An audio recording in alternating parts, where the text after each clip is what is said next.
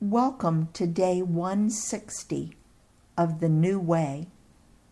We are going to continue to discuss the passage we read yesterday. I want you to listen closely and see if you can discover an instruction that is repeated twice, but that we did not discuss yesterday. I'll reread Luke 10, 1 through 11. After this, the Lord appointed 72 others and sent them 2 by 2 ahead of him to every town and place where he was about to go. He told them, "The harvest is plentiful, but the workers are few. Ask the Lord of the harvest, therefore, to send out workers into his harvest field. Go, I am sending you out like lambs among wolves. Do not take a purse or bag or sandals, and do not greet anyone on the road. When you enter a house, first say, 'Peace to this house.' If someone who promotes peace is there, your peace will rest on them. If not, it will return to you. Stay there, eating and drinking whatever they give you, for the worker deserves his wages.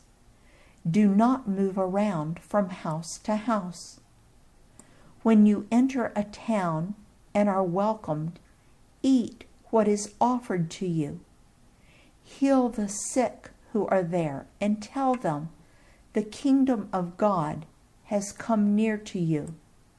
But when you enter a town and are not welcomed, go into its streets and say, 'Even the dust of your town we wipe from our feet as a warning to you.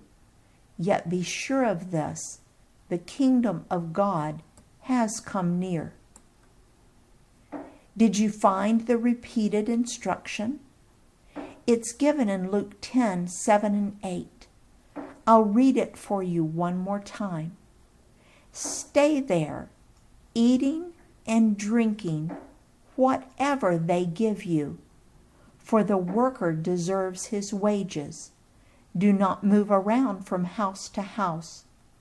When you enter a town and are welcomed, eat what is offered to you.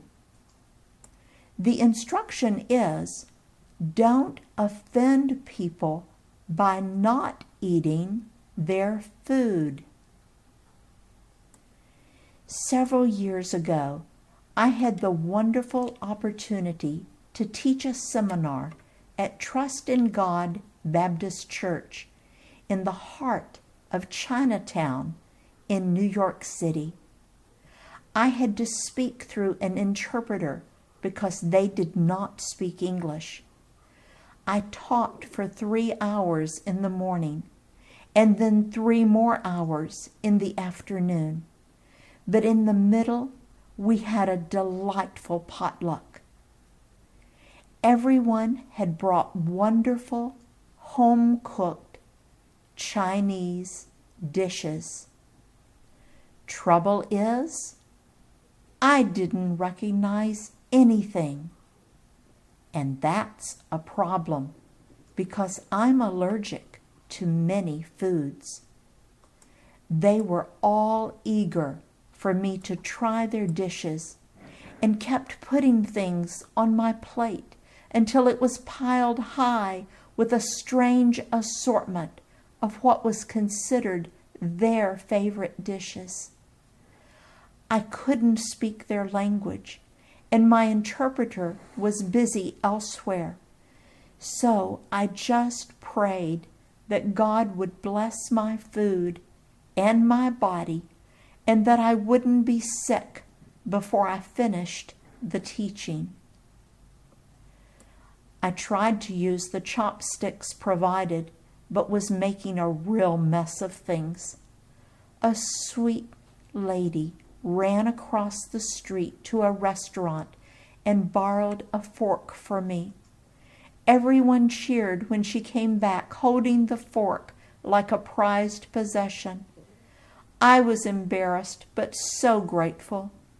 At least then I could get the food to my mouth instead of all over me. The food was delicious, and I thoroughly enjoyed the sweet fellowship around me. How strange to be surrounded by Chinese speakers. It was such a happy sound, and God gave me total peace as I sat and shared food with these strangers who were the leaders of this Chinese church. And guess what? I didn't get sick. I have no idea what I ate, but I know I had foods that I normally have a reaction to. God kept his end of the deal. I ate, I enjoyed, and I taught for 3 more hours that day and never felt any ill effects. It's one thing to preach or teach at or to people. It's another thing to love them enough to sit down with them and take the food that they give you and put it into your own body. Many missionaries have reported significant breakthroughs in people being willing to listen to the good news when the missionary was willing to sit and eat what they were offered. In his service, Dale.